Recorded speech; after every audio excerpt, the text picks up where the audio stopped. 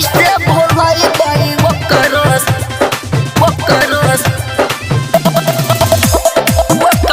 सोलह सिंगार छौरी गजब छै रे। मारी के कनखी करे जबा में हाला के ना हम कहियो तोरा भाई के साला। बाबूजी से तोरा बात जे कई के कहबो अपन दामाद बनाला।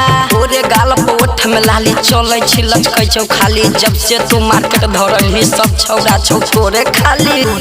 छौरी गजब छै रे कैसे भुलाई बाई वकरो सोलह सिंगार छौरी गजब छै रे। कैसे भुलाई बाई वकरो सोलह सिंगार डीजे विकास कैसे भुलाई बाई वकरो मटियार कला सीतामढ़ी सोलह सिंगार छौरी गजब छै रे।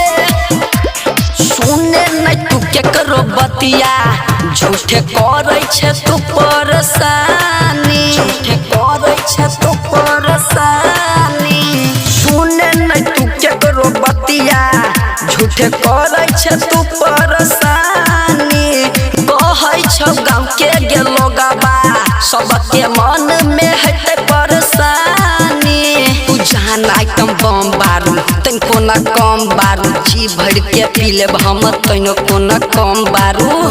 छौरी गजब छै रे कैसे भुलाई बाई वकरो सोलह सिंगार छौरी गजब छै रे।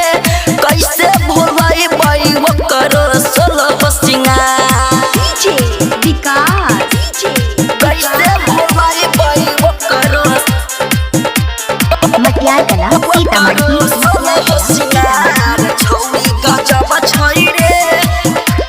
माने नयब सेख के बतिया देखी मार होइ छै रोजे बाजार में। देखी मार होइ छै रोजे बाजार में। अरे माने नयब सेख के बतिया रोजो मार होइ छै देखी बाजार में। छौरी के कवनो न डांटे केते बढ़िया छै ई परिवार में। जान आइटम बम बारू तनिको न कम बारू। जी भर के पी लेब हम तनिको न कम बारू।